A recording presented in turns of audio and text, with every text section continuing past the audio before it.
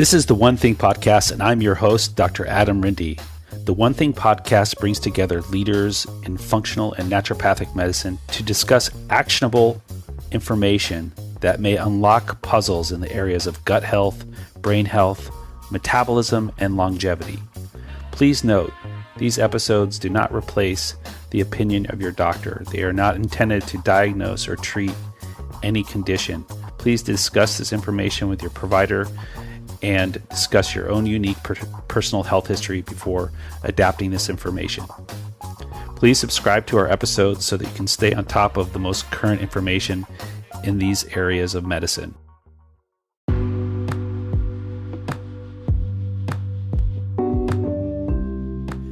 I am still shocked about this episode that I just finished with Dr. Aly Cohen, who's a triple board certified integrative rheumatologist and environmental health expert. I'm delighted to share this episode with you.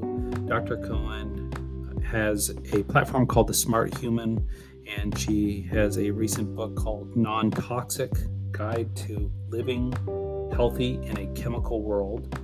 And we go into water in this episode, talking about the effects of xenobiotics that are in our water supply, what is actually in our water supply. We talk about water filtration systems, how to test your water, skin exposures to water, and containers, what containers we should use, and overall looking at how to avoid being exposed to water contaminants that might have an effect on our health. I really think you'll enjoy this episode. Please make sure to share this with your friends and loved ones. And without further ado, welcome to the next episode of the One Thing Podcast.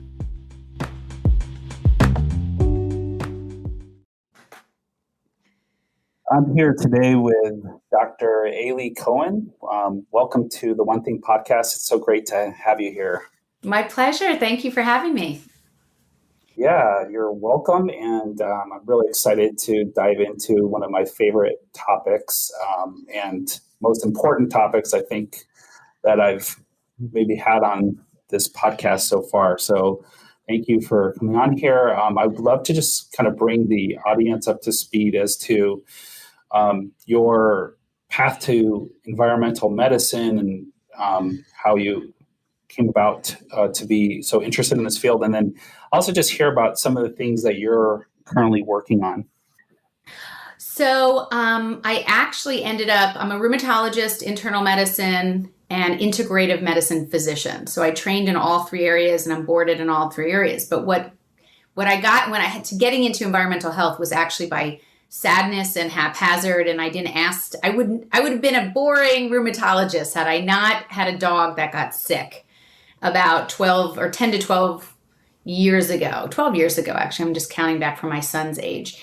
And what happened not to take over the whole conversation here, was that my golden retriever was 4 years old. He got really sick. I had two young babies. I was really busy, obviously, with work and everything.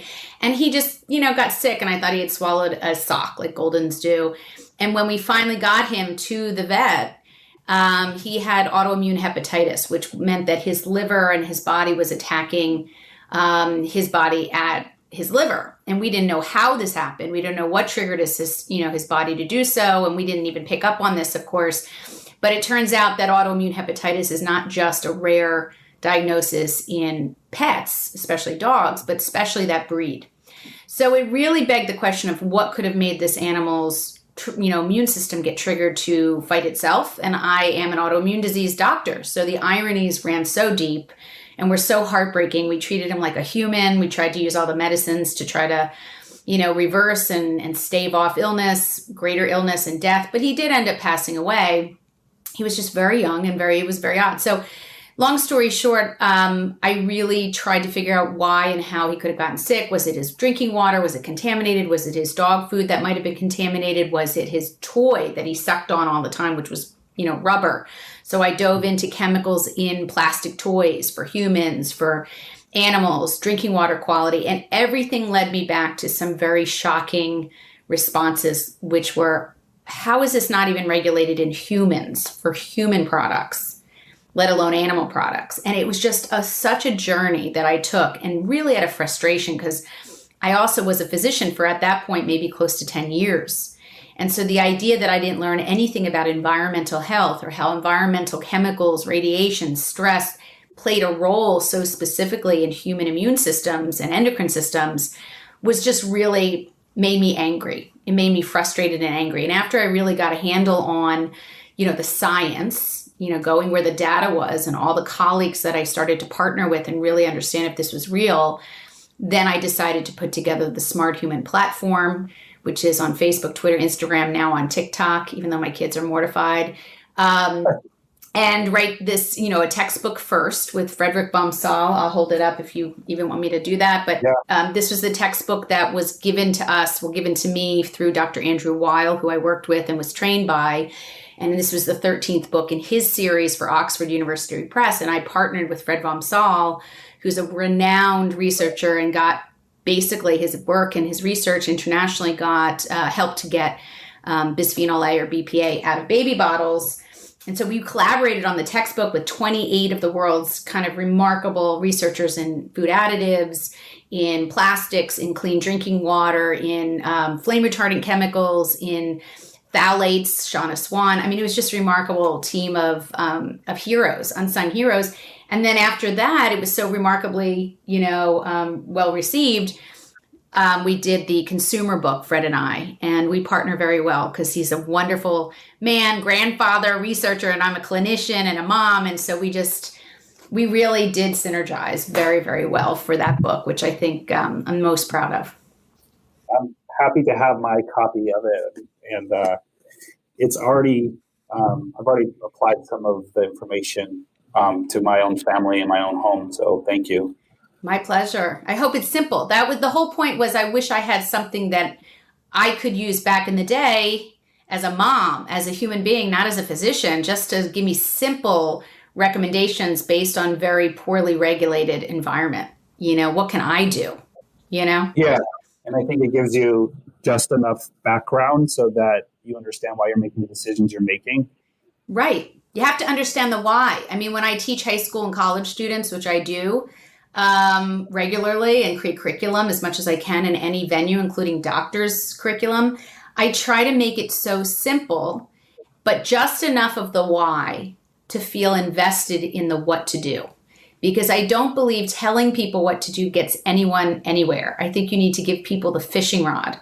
As a Jew, I'm saying give the fishing rod. I think it's a Catholic or Christian, phenomenon or story to, instead of the fishing rod, give the fishing rod, not the fish. But the idea is that I wanted to always give people the tools. And that book is full of I don't tell brands. Brands change. They change hands. They have different formulations. I don't believe in brand specific all the time. I do believe in looking up your products. And we give resources for looking up couches and seeing which couches have no flame retardant chemicals, which are harmful to you. We give EWG, Environmental Working Group, all over the place is throughout the book, because they're a wonderful resource for looking up cosmetics and personal care products, because they're vetting those products because manufacturers will not do that. There are no required laws or regulations or required testing for 95,000 chemicals that go into all of the products that we enjoy. And that means furniture, and that means cosmetics and personal care products and cleaning products. So when you know that one little nibbit of information, you realize it's a wild, wild west. Yeah. And in your personal practice, is the format of your practice set up in a way that you're able to spend the time with patients and educate them on these matters? Yeah, I mean, I had to make some choices, as all of us, even in the healthcare field, have to make choices. Do you want to grow a big practice, at least as a doctor? Do I want to grow a big practice with multiple sites and tons of staff and oversight? Or do I want to keep things small and personal and no insurance, but reasonably, I think, priced? But the idea was to be able to have this creative outlet, because I was reaching so many more people with what I was trying to get them to understand through books and web, my podcast, The Smart Human, everything I'm doing is to educate such a broader swath of people, even though I do that individually with patients. So I see like 10 to 12 patients a day, which is unheard of from what I used to practice doing. And I think it was just a choice I made because I felt that, I felt that I could reach more people and make more changes in people's lives if I could get to them. That's wonderful. Well, let's go into talking about water a little bit now. I'd love to start off talking about tap water and what we would find in most municipal tap water. Okay, so this is a great conversation we're having. It's my favorite conversation because out of all the topics that really have gotten my ire, I would say drinking water has, no pun intended, or actually pun intended, risen to the top. So the idea that we are, as a culture, even in our country and around the world, never really put much thought into the drinking water that comes into our homes, that land on our restaurant table, what we drink, and we don't know where that water came from at a restaurant.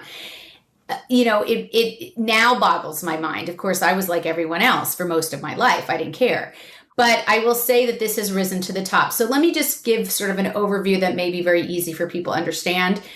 In the United States, we have about 13 million people, 313 million residents, I believe, at the last census. And 80% of the U.S. population drinks water from wastewater treatment plants, which are the plants that have been set up by the U.S. government around the country. And those are used to clean water for 80% of the U.S. public. And that water that goes through there to get cleaned comes from lakes and streams, sewage. Believe it or not, our toilet water becomes our drinking water. That's a shocker. Anything that runs off into lakes, streams, aquifers that are underneath the soil. We have water that runs underneath our soil, believe it or not, called aquifers.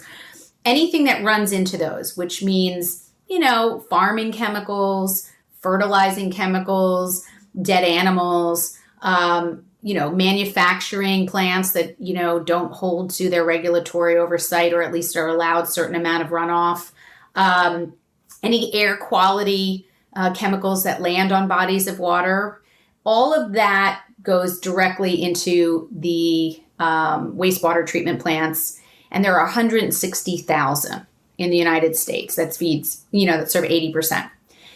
20% of the U.S. population gets their water from wells, either personal wells. Rural places have to have much less of a reach from wastewater treatment plants, from the piping and the plumbing. So they have their wells. They can serve a house. They can serve a community, a neighborhood. They can serve a whole town, actually, and many towns. Certainly in South Jersey, there's the great story of Tom's River, which we can get into at another point. But the idea is that wells really are just strainers. They're just big containers under the soil. There's new regulations on how deep they must be dug than they have been in the past. But essentially anything can get in those, and that's where the water will be used to service the homes and the businesses and the schools in that area. That being said, out of the 160,000 wastewater treatment plants that serve 80% of the U.S. population, they only, and I'm going to repeat this a few times just to make sure you don't fall off your chair, 91 chemicals are what they are held to in terms of removal. 91 chemicals from the Safe Drinking Water Act from 1974. Actually, 76, depends how you look at it. But essentially, 50 years, that hasn't changed. And we now have 95,000 chemicals that get into those are the industrial chemicals that the U.S. now manufactures or allows into the country from other countries. That's the number of chemicals that's estimated that are in everything we do, from food to cosmetics to cleaning products to industrial chemicals, building chemicals, all of that. So when you have this disconnect between what's allowed on the market, which is thrown down our sink, like Drano. Let's think about Drano. Ugh. All of these chemicals that are put down our sink will end up, if you're using municipal water systems, filter through those and will come right out the other side if they're not removed. So again, 91 chemicals, still the number. There are movements to get perfluoroalkyls out of drinking water to a certain level called a maximum concentration level. In other words, if it hits a certain level, actually it's sort of minimal, actually, MCL. But the idea is that there's a certain designated number by which a certain chemical in that 91 list is allowable. And the problem with that is there's an argument as to whether or not those levels are safe enough. I see. Okay. And so these, I mean, I imagine these laws are extremely difficult to change and take years and years to change. I mean, in the next 5 years or so, do you think we would expect to see some of these regulations change? Well, so the ones that are on the docket, there's a lot of new information that just was published yesterday and the day before about the severity of perfluoroalkyl chemicals, which are the non-stick chemicals, the grease-proofing chemicals, the stain guarding chemicals, all of which I used to use. I even remember spraying a couch of mine before the babies came with stain guarding chemicals so that in case they spit up, I wouldn't ruin my couch. I mean, we're all sort of part of this mix of what we wish we might have done better. But the idea is that those chemicals that are the perfluoroalkyls that really do make up a large, firefighting foam is perfluoroalkyls. Many chemicals used in degreasing, like around military bases. All of those chemicals are contaminating drinking water, and it's making a huge stink. I don't know if people remember the recent movie called Dark Waters, which is about the contamination. It starred Mark Ruffalo, and how he was a lawyer named Robert Billet, who spent 20 years fighting DuPont because of the illness that surrounded all of these contaminated water sites. That was really the DuPont runoff of C8 or non-stick perfluoroalkyls, those chemicals, which are forever chemicals. They do not break down in our environment. They do not break down easily in the human body. So we're talking about it's not like bisphenol A or BPA, which has a 6 to 8 hour half-life. Every chemical has a property of whether it breaks down shortly or slowly or long, but because they're fluorinated, they stay forever in our environment. So, those chemicals, and I get to interview Bob Billet actually in about a month, which is kind of exciting. But those chemicals are very, really toxic. And so the one that's getting the most attention right now because of all the fabulous research and the harm it does to human health, and we can go into that, are the PFAS chemicals, which several of those, there's 5,000 of them. So there's going to be several that are going to be probably mandated to be a lower MCL, which means the maximum level that they can actually be found in water. So that's really hopeful, but it's one of, thousands of classes of chemicals, and certainly they're not going to use all the perfluoroalkyls. They're going to pick a few, Okay. So if we could just talk sort of a 101 version of, you ingest a chemical through drinking tap water, it's obviously going into your gut. Then what happens next, and how does it potentially become a problem for your body? Well, 95,000 chemicals, they are very complex. I mean, sugar and caffeine are complex. Medications are complex. I mean, we all know that medicines are chemicals too. I'm all for them when it comes to the right patients who needs medications, but just, don't fool yourself that medications, even supplements, are chemical-based substances, often synthetic, often. So the idea that our body, after millions of years of evolution, has to somehow come up with a way to manage 95,000 chemicals just over 75 years is mind-blowing. It's mind-boggling. It's also reason to pause and say, well, maybe this is why so much of our environment, our patients are so sick with an epidemic amount of illness, not just because maybe they're sedentary or, whatever excuse people want to use, more calories, but it's really the chemicals that are making a huge, has an influence on our human health, especially the endocrine system, which is where most of the data from these chemicals has been coming from, the endocrine chemical research crew from internationally. So we know they affect hormones like insulin and thyroid disease, and risk for thyroid cancers, any hormone-sensitive cancers, breast, testicular, thyroid, prostate, endometrial, uterine, pancreas, because insulin, of course, is a hormone. And so we know that these chemicals, which and they have lots of properties, but like I said, the most well studied at this point is the endocrine system and heavy metals as well. They can actually go into our system, and we may or may not be able to break them down to a point where they are non-pathologic. And because there's many stages and many cytochromes in the liver, for instance, our one detox organ, we also have kidneys that are a detox organ. Our lymph nodes help detox. Our spleen helps detox, especially with infection. So the idea that we are putting an enormous amount of pressure on our most sensitive organs to break down chemicals that it didn't ask for to be broken down, and to think that they're going to come out completely non-pathologic out of our system is really, I think, not wise to depend on. It's not, we can't rely on our health, our body's organs to do a job that was just newly introduced into its life. So, I just look at anthropology as a very important area to study in relation to human health.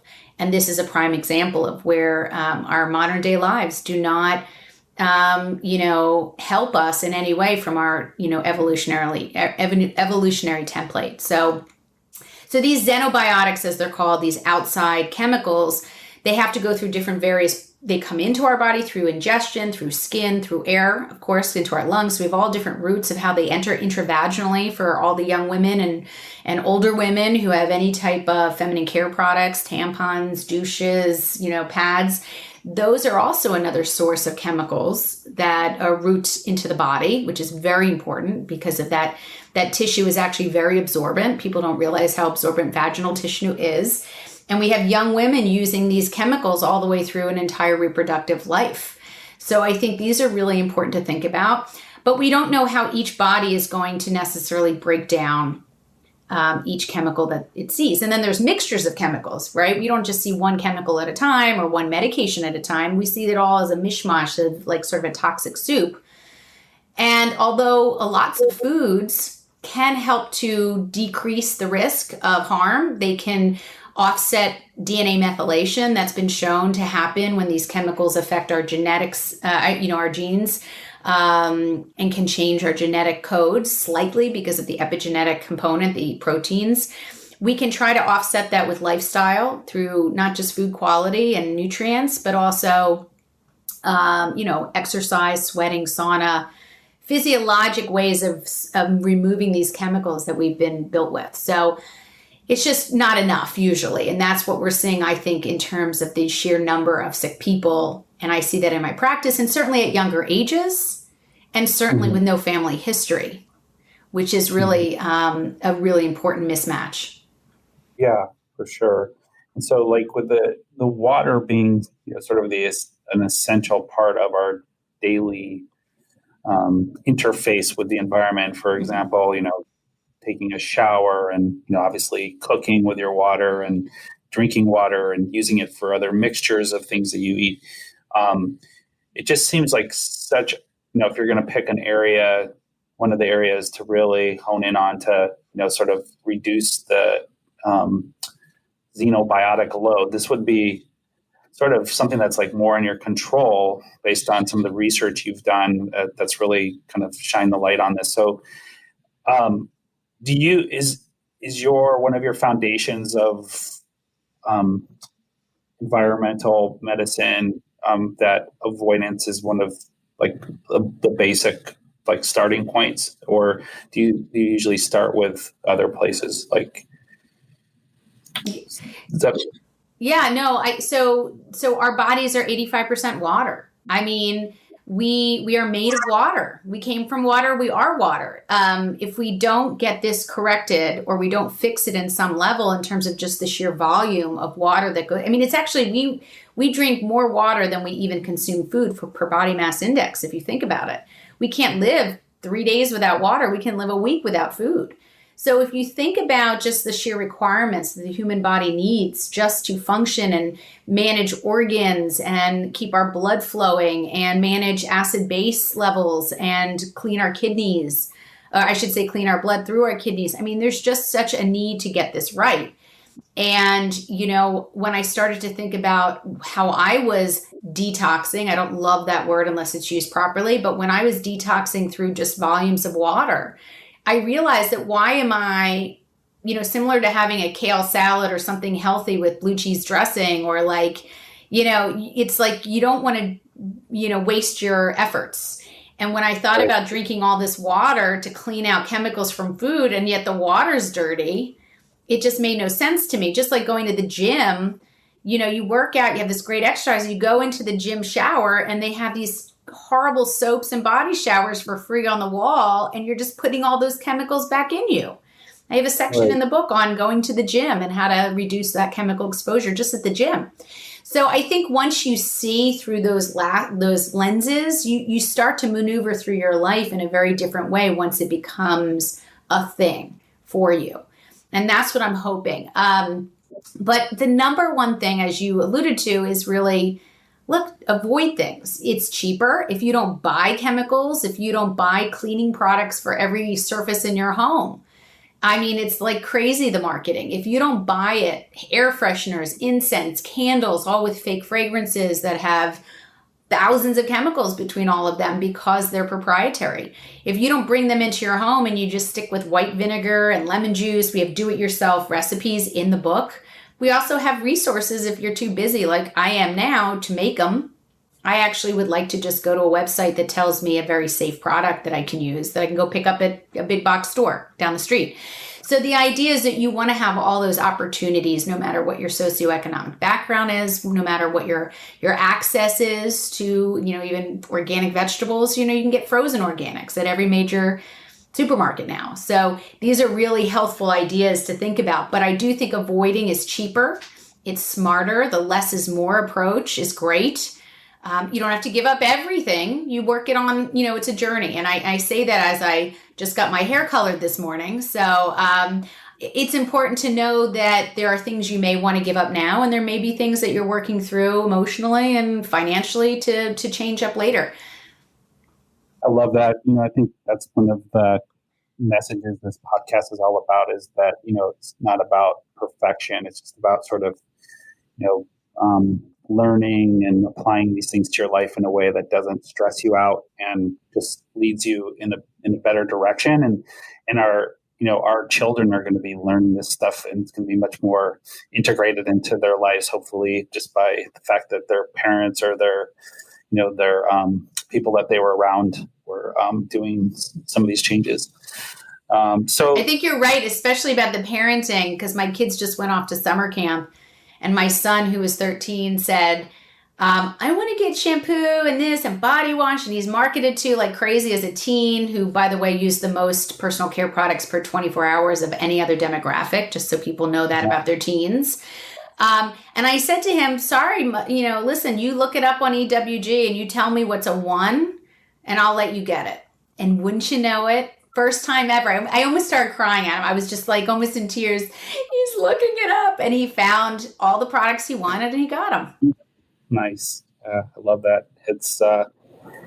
It's really great when it comes from them and you see them doing it. I could see someone who's listening to this just sort of being like, well, I buy bottled water, or I buy, filtered water in a glass bottle. I'm good. I think I got it covered. Let's take that to the next level of, people who are doing some amount of filtration of their water, or they're buying certain products. What's the spectrum of this solution? Like where would we start that discussion? Yeah, I think that's a great question, because you're absolutely right. It is a spectrum. It's a spectrum for your whole life, because some people live in apartments. Some people are dorm students, that are traveling from one apartment to another, one dorm room. Not everyone throughout their life is going to have the access, necessarily the ability to run around and get a reverse osmosis, or you have to sort of decide what you can handle at this time, financially, space-wise, and interest-wise. I find that when you create the system for yourself in your own home and you fill up at home, it is the most cost-effective way to get filtered drinking water. I found that personally because I've been through the whole pallets of bottled water schlepping home. And I've been through the Brita and the Zero water and all the pitchers. I've done everything everyone else is doing or has done. And that journey 10 years later has led me to my opinion, which is a great vetted certified reverse osmosis water filter, which by the way, are much cheaper than they ever were, is a great way to do it because they only are under your sink, your kitchen sink. I give them out as wedding gifts. I mean, believe it or not, I don't get asked back much to these events, but I do give them out as wedding gifts because I think that they're really not as cost prohibitive as they were. Just like VHS machines, if people listening actually remember what that is, they started off at $2,000 and everyone wanted one, and then 1,200 and then 900, 800. Now you can't even give them away. I mean, so the idea that things come down over time has been in my favor since I didn't know what I was doing. And now that they're very well certified and vetted, I don't love the companies that come into homes. I don't have any specific in mind, but I don't love the companies that generally come in, tell you the problem, and then try to sell you the solution. It's same with mold remediation. I don't love people who come in, do the testing, and then want to remediate or have a cousin that does the remediation. I don't love that. I love completely separate testing processes and separate decision-making processes. And I just came to the conclusion that pitchers are great. They're carbon block. Refrigerator doors often have a water system that you have to change regularly, of course, because they get stopped up. But they're efficient, but they're not as efficient as people should be thinking about if you have access to buying a reverse osmosis. There are some distillers that also do quite a great job. But I have found reverse osmosis to be the most effective because what reverse osmosis is it's a material that actually has a pore size that is so small that it catches everything. It's like a filter that catches everything. Yes, it catches minerals, electrolytes, but it catches viruses and bacteria, which are the smallest critters that could be in a water system, even smaller than compounds like PFAS. So you have to catch and remove the baby with the bathwater, so to speak, because you can't just pick and choose what that material will decide to keep or not to keep, whether it's good or bad. And then I'm sure you're going to ask this question at some point, is this water even healthy for you once you've removed everything? And my answer is yes, absolutely, because you're going to have that with a salad or fruit or any number of foods that are alkaline that will fix your chemistry. And that will give you electrolytes and sea salt and anything else you're consuming. You just don't want the water that's filled with so many contaminants. The good does not outweigh the bad. There's not enough good in conventional water, I believe, with minerals that outweighs the bad, because you can get those good things in any other form you need. Yeah. I was just always curious, like when you were first getting into using reverse osmosis, and I know personally I wouldn't trust it until I tested it. Did you ever do like personal tests of the water that you were getting from reverse osmosis to see if it actually stood up to the Great claims? question. And so funny you should ask that because I literally just did that after about 15 years, maybe 16 years of reverse osmosis. I finally had a way that I thought was legit to test that hypothesis. Is it really doing what it says it's supposed to do? So I used, and I'm not promoting this company. It was just the first one that I felt was legit, called TapScore. They don't sell filters. They don't do anything on the back end as far as I can see. But I just want people to know it exists. It's not cheap. It's like $275 for something, which by the way is what an RO filter costs. So I'm telling patients and consumers, listen, if you really are strapped for money, don't spend it on the test. Trust me, the reverse osmosis, well certified from a decent brand, is going to be far better than spending all your money testing. Because then you still have to spend money on remediating it. So, but look, it's my business. So I decided to get some testing from them. And I called BS on my tap water and then my RO water, which I changed out a filter the week before just to really make sure it was a good experiment. And it turns out that reverse osmosis is not perfect. That it's and I had a whole meeting with the company and all these water researchers to really set me straight in terms of what I thought I knew. It turns out RO filters will do a fabulous job, but they'll do it based on what your local water system they're working with your, in other words, my area where I live had high VOCs, volatile organic compounds, as part of just, you can go to, by the way, you can look up your zip code water quality through Environmental Working Group. That's also in the book. So you actually can get a yearly report. If you have municipal tap water, you by law have to get a quality report from your water company by law. So you can call for that if you haven't received it. And then you can also go by zip code to look up your water issues for municipal tap water and what they've been dinged on from Environmental Working Group's website. So it turns out that my area had high VOCs, volatile organic compounds, which are compounds that are synthetic that actually float above water. They're sort of in the humidified air, sort of in and around that water, and come out of solution. So funny thing was that my RO filter, which is I've had for 20 years, really didn't cover that as well as it should have or could have. Okay. So what I chose to do is, because carbon block filters, the ones in pitchers and on faucets and in refrigerators, because they're, water moves quickly through them, they're limited, but they're very good at VOCs. So now what I do is I fill up from my RO spigot in my sink into a pitcher. Nice. And I use that carbon block to my advantage just because I know that information from my tap score testing. Now, is it nuts? Is it too much work? I don't think so. It's 2 seconds. But again, you can go nutballs over any topic in environmental health. You have to just decide what is going to be practical for your life. Wow, really interesting. Yeah, and while you're mentioning this, like my mind goes to, like, wouldn't it be amazing, and this might already exist, if there were like a nonprofit or social service organization that went into communities that are just getting pounding contaminants all day long and just help retrofit places? You know what? I think there's a loss of dignity here. And I mean, I am happy to be vocal about this. When you talk about Flint, Michigan, you talk about Newark, and you talk about all the places that have, and by the way, many places across the country, it's not just those 2 locations that made the news, are loaded with lead in their water systems, or any number of contaminants, chromium-6, the perfluoroalkyls. I mean, every night on a different location in the country, there's another water warning, water restriction, go get bottled water. I mean, this is happening all the time everywhere. And what I think about it is, if we could just get people to think about, creating that upfront cost system. I mean, yes, it's like, $275 plus tax for a water filter, plus the plumber that takes $150 for 1 hour to put it in. Trust me, 1 hour. If it's longer, they got you going. And if you can just put those $450 to $500 up front, you save money.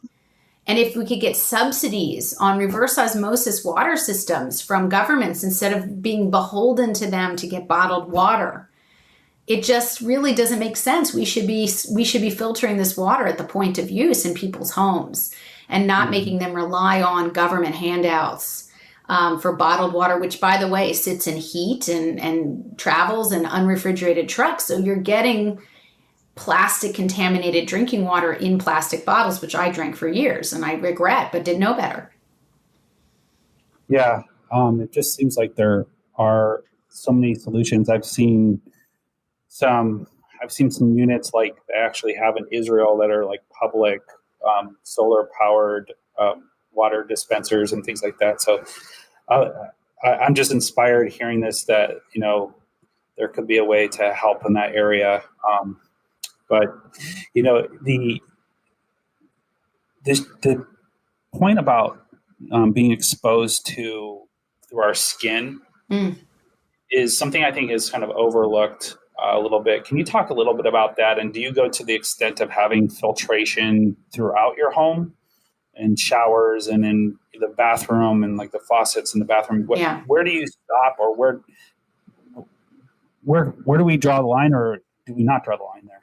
Well, if you're focusing a lot, I mean, I'm just playing, devil's advocate here, but if you go too nuts in one area and you're disregarding other areas, to me, it's a little hypocritical, even like with my hair coloring, but I do it infrequently and I do everything else. And so I'm always rationalizing what my vice is versus other vices. But, I will say that what I thought was the best solution, a whole house filter would be great. If you had tons of money and you wanted to put a 10 to 15 grand water system in your home that covers all the water coming through your spigots, whether it's showers or bathtubs or, cooking water, drinking water, then that would be fabulous. It's a wonderful luxury to have. But I don't think the average person who listens to me, or at least who's out there, in my opinion, really has that money. And I'd rather spend that money for people on a great year of, great personal care products that are maybe a little bit more expensive, or, really going after or USDA organic produce, especially frozen organics, which are so much filled with nutritional value and are more accessible and, maintain everything they need. So, I want people to use their finances really in a smart way.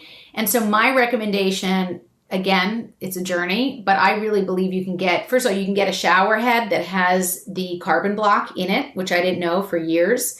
And they only make one at some of the big box stores that we all go to for our lumber and, home furnishing, materials. So you have to look for it. So they had one. I just bought one for my kid's shower. And you have to just rotate them out every 6 months or so, which, of course, I'm always late on. But, the point is that that's $18. I think $20 for that shower head. And if you do that in all your showers and you spit out your water when you brush your teeth and you don't drink it, and then you use an RO in your kitchen to fill up and cook with, why would you need a whole house filter? Right. That's just my opinion. I just don't know how else you get water into your body other than maybe washing your hands. So, it seems to me a more cost-effective way to manage water than to go nuts and spend tons of money where it could be used elsewhere more efficiently. I would agree. I think that's, I've seen some of those filters pop up, and it makes it much more doable now. So, right. So I'm just gonna. But I would watch the marketing, because a lot of them, including people who I would consider very bright consumers, actually are getting sucked into like countertop reverse osmosis, which really is very limited because it's just so small and it goes through so much less surface area. And then it will be proudly saying it cleans out 50 chemicals. And I'm thinking, well, 50, mine is like 300, 400. So the question is it for vanity, or is it for convenience? Is it for space under your kitchen sink, which usually there's more than enough for these new filters? They're much smaller, the reverse osmosis. I just want people to be very thoughtful on what they consider good enough. Right. And so if someone does go through a transition to getting like a reverse osmosis filter under their sink, does it require a lot of drilling and retrofitting of the sink? It really doesn't. In fact, it's interesting. Great question. People are like, oh, I have this beautiful countertop. Well, so do I. And you don't have to drill through your countertop. Plumbers come with drills. I mean, it's brilliant. They come with drills, and you can literally put the spigot, the faucet that comes with the tank and the cleaning system and the surface area cleaning system. You can put that faucet anywhere. It can be drilled under the door, and as long as it's high enough to have a pot, if you want to cook pasta, a big pot, or lobster or something, I don't know. And then you could also put it through the hole that comes in a lot of the sinks that are pre-made, and you can put it, I actually put one on the wood underneath my counter, and I have it swivel over the sink because my boys will literally spill water all over the floor. So, and not worry about it and walk away, and then I step into a huge puddle. So the idea is that, you can be creative, and most plumbers who knew actually can adjust where they can tack that faucet. Okay, great. I'd like to just ask you a few sort of rapid questions here to wrap up our time, and then kind of give some closing messages. So the big question is how much water should we drink a day? What do you tell your patients? Well, listen, on the fly, I usually say 40 ounces. It depends on who I'm talking to. People who may need more hydration are people, especially in the heat. I just did a little thing on the Smart Human on Instagram, a little video, that the heat can pose a separate issue from normal physiology, because you have people who have gout, people who have hypercoagulable conditions where their blood is a little stickier. Sickle cell anemia, you want to be hydrated. Kidney stones, you want to be hydrated. So when it comes to certain health conditions, that has to be teased out as more of an emphasis. In general, I'll read right from my book because I'm too old to remember all the details.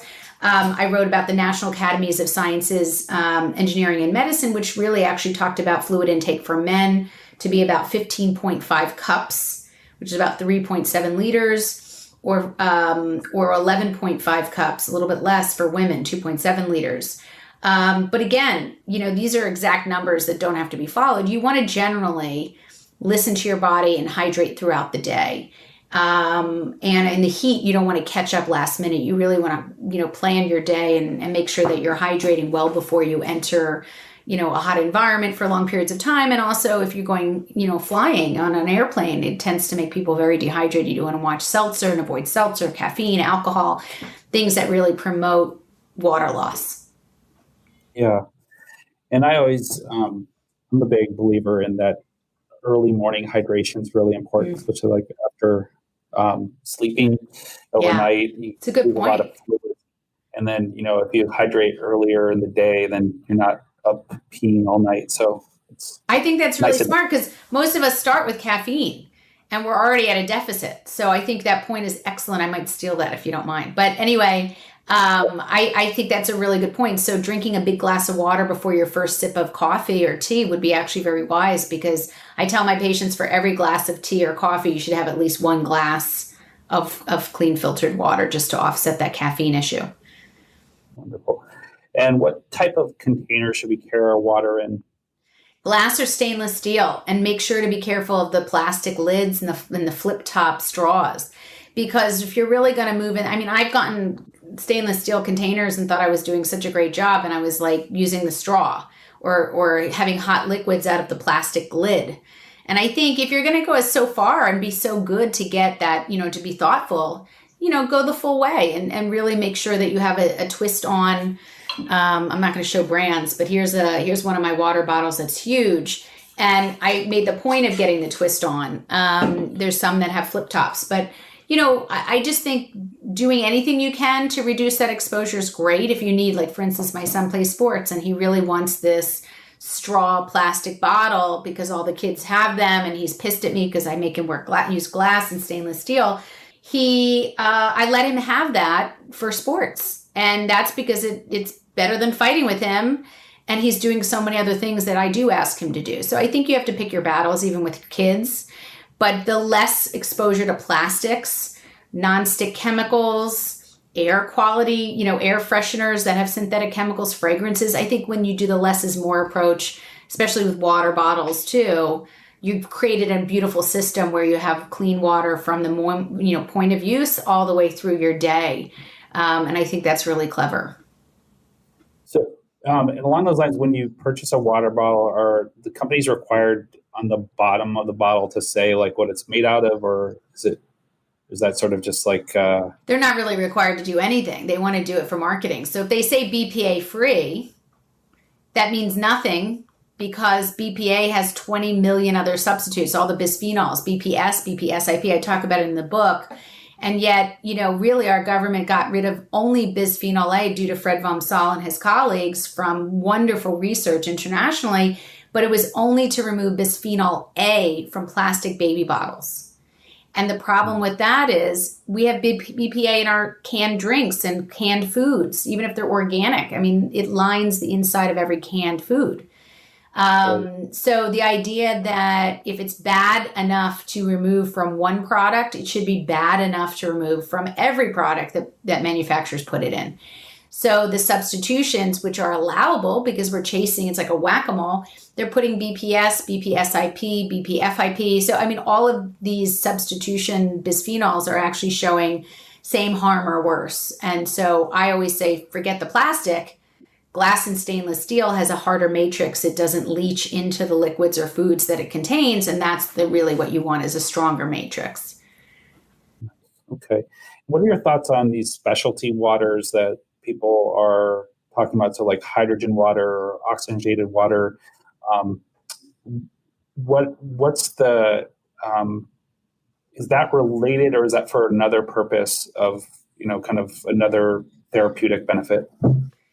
Yeah, I mean, I haven't seen them play out into any major health, benefits. I think it's all marketing. I think most of the people who drink that water are spending too much money for something that they could be using to change their diet or get rid of the cosmetics that they are putting on their skin or personal care. In other words, I think it's too focused in one area to say that there's any value there. And as I mentioned, when you have clean water that is removing chemicals that make it acidic, that makes it harmful and has endocrine disrupting chemicals and chemicals that affect the immune system, you are doing your body far better of a favor than arguing that adding some electrolytes into that water from a company that's going to charge you 3 times the price and then sell it to you in a plastic that's leached from 3 different states traveling makes no sense to me.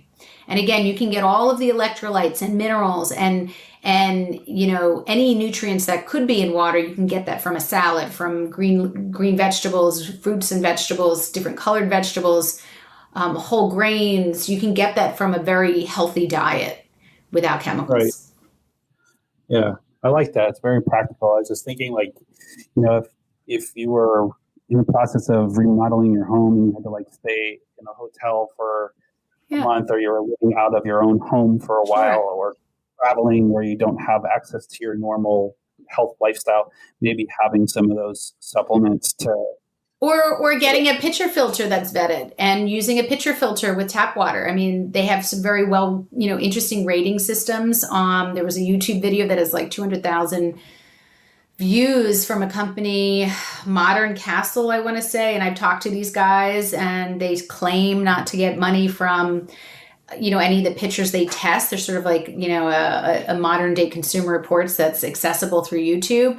And I thought that their video I think they vetted 10 different water pitchers on whether it takes away fluoride, whether it takes out lead, whether it has nanoparticles, silver nanoparticles within the filter that is as often added.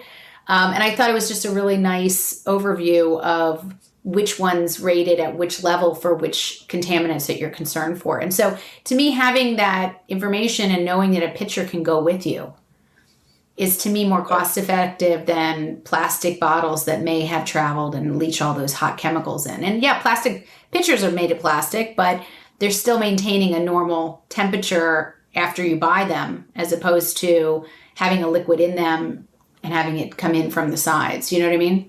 At hot temperatures. Yeah. That makes sense. And so what's microstructured water? Is that a fad? Is that a thing? I don't even know what that is. I'll be honest with you. I mean, is there someone in a chemistry lab adding an oxygen? So it's I don't know. I really don't know. I mean, maybe that's something I really need to learn about. I just feel that the effort for those things is a little bit more than I can dole out right now, given that there's just so many areas of chemicals I'm trying to avoid daily. It can be too much. So, I think it's just too much. I agree. I think, one of the things that I'm taking away from this is that, we can get into these minutiae and we're not even doing the basics yet. So, right. Get into these minutiae when you've sort of developed a lifestyle that you're ready to take it to the next level. And I'll tell you something, I fought very hard with Fred, with me and Fred fought very hard to have a refrigerator tear-off sheet in this book. Because to me, those are sort of the top, 10, 25 things that I think are super easy to get out of your life and out of your body, essentially, because of the body burden of these chemicals. And I really wanted people to have access to just, okay, what are just, give me 10 things to do. And let's start there before worrying about the microstructure of my water, So, it's a journey. People may be really deep into this and want that information. I don't have it on different types of water specifically and all the research on that. But I think it's probably a newer science, and I would rather go with what is really common sense before moving into the fringe. Yeah, I love it. I mean, I think, you can tell your heart's in the right place because you want people to use this information, not just be kind of confused and wowed by it. So right. It's really great.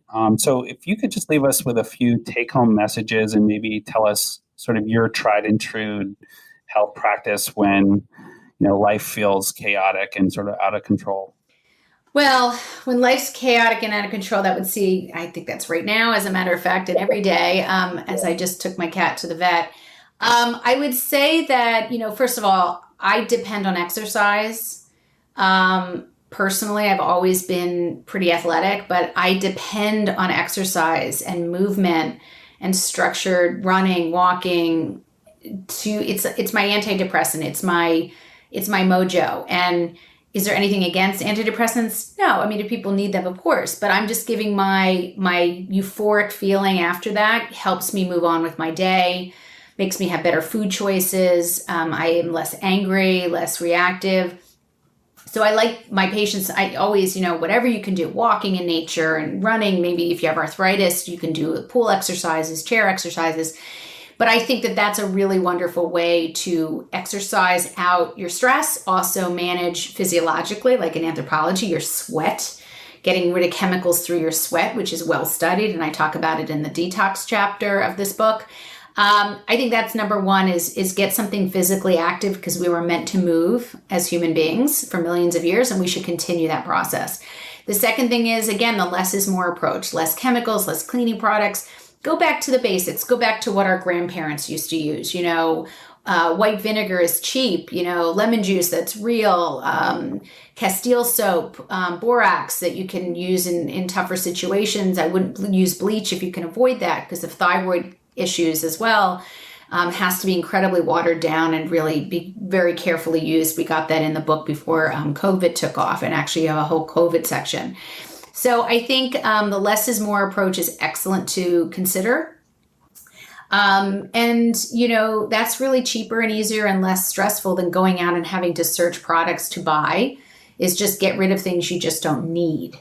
And that's just really the first two things. I would say drinking water, of course, is a big deal. Getting that right is really a good place to start if you want, because that's going to inspire you, keep you moving. And that's really it. That's the main things I like people to think about is stress, sleep, exercise, what you put in, on, and around your body, the company you keep, nature. Those are the big topics I like to cover in addition to anything medical. That's wonderful. This last weekend I was actually in an IFM conference. And someone said, like, even just going into a room for 5 minutes and just for those 5 minutes, just taking time to just do some breathing. Yeah. Sometimes that might be all you get in a day, and that can be helpful even. Absolutely. And holding your breath is physiologic. Like even Dr. Weil and his 4-7-8 breathing, which was famous. You can find that on YouTube, Dr. Weil 4-7-8 breathing instructions. Most of that is holding your breath. And what's important is that our carotid arteries actually read CO2, not oxygen. So when you hold your breath and CO2 goes up, your brain says, oh no, we're going to die. Anthropologically and survival wise, we're going to die. Let's quiet everything down so we can survive. And that's how paper bags used to work in the old days. Now we have, I guess, plastic bags. But the idea is that hyperventilation would increase CO2 if you put a bag on someone's face to calm them down. And it's the same thing as holding your breath. And there's a physiologic and anthropologic benefit to doing that. So when I explain that to patients, they're like, no way, you can hold your breath and talk to someone screaming at you. And I'm like, you betcha. You could drive holding your breath here and there, and you could just totally not have road rage. So there's lots of benefit, as you mentioned, to just having that control. And it doesn't have to be extraordinary. It just has to be ordinary. Square breathing, kind of like square breathing methods, I guess where you hold for a few seconds and then exhale. Yeah, holding, breathing, 4-7-8 is breathing in for 4 seconds through your nose, holding for 7 seconds, and then breathing out slowly through your mouth for 8 seconds. And you can see that it's weighted towards holding your breath overall. And the reason being is it's basically telling your brain you're going to die because CO2 levels are going up when you hold your breath. You don't do it that long. You're not going to die, but it's sort of a holdout from our evolution that your body wants to survive. So it shuts down your brain and you just kind of quiets you down so you don't use up energy. Mm-hmm. So it's great. Well, this has been so fun. I could talk to you forever.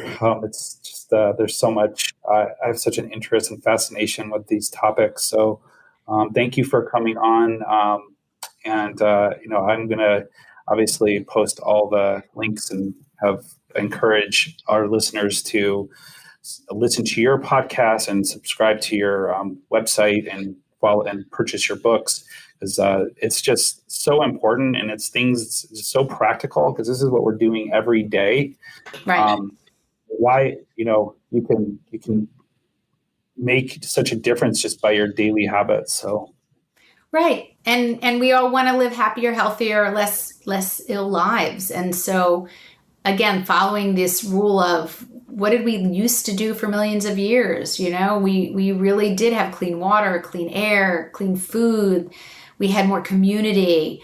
We had more spirituality, whatever you perceive that to be. We had more sleep, more quality sleep, not just quantity. And I think the more we move in that direction, and chemicals and radiation and reducing those, that's just one component of modern day living that's hurting our systems.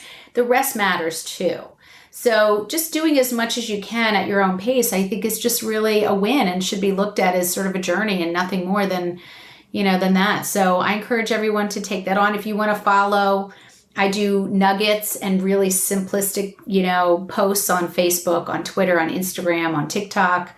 My podcast guests are really kind of interesting. I just launched Torona Low Dog, who's an herbalist. She's amazing. And, you probably know her, right? So she's incredible. And she was my mentor, and she's a midwife and a physician, and wrote the National Geographic's book on herbal medicine. So, just having access through your podcast, through my podcast, you start to build a repertoire of what works for you.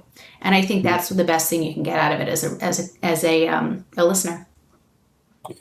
Wonderful. Well, thank you, Dr. Cohen. And, I hope to continue to keep in touch with you. And thanks for your time.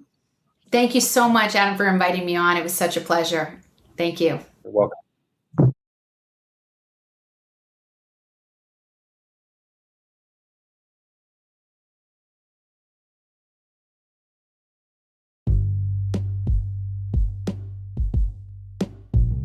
Thank you so much for tuning in to this week's episode of the One Thing Podcast. Please share these episodes with your friends, loved ones, colleagues, patients, healthcare providers, anyone who you feel might benefit from hearing these informative interviews. We tend to learn best from people sharing things with us. That's often the first time it's introduced. So don't hesitate if the content of these episodes reminded you of someone that might benefit from it. Forward the episode to them, and I'm sure they'll either appreciate it or be appreciative that you've thought of them. So once again, we'll look forward to seeing you next episode on the One Thing Podcast. And again, much appreciation for you being here with me.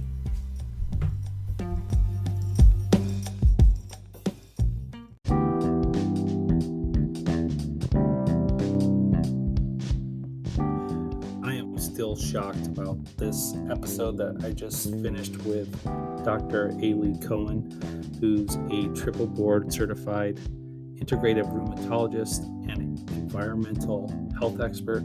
I'm delighted to share this episode with you. Dr. Cohen has a platform called The Smart Human, and she has a recent book called Non-Toxic Guide to Living Healthy in a Chemical World. And we go into water in this episode, talking about the effects of xenobiotics that are in our water supply, what is actually in our water supply. We talk about water filtration systems, how to test your water, skin exposures to water, and containers, what containers we should use, and overall looking at how to avoid being exposed to water contaminants that might have an effect on our health. I really think you'll enjoy this episode. Please make sure to share this with your friends and loved ones. And without further ado, welcome to the next episode of the One Thing Podcast.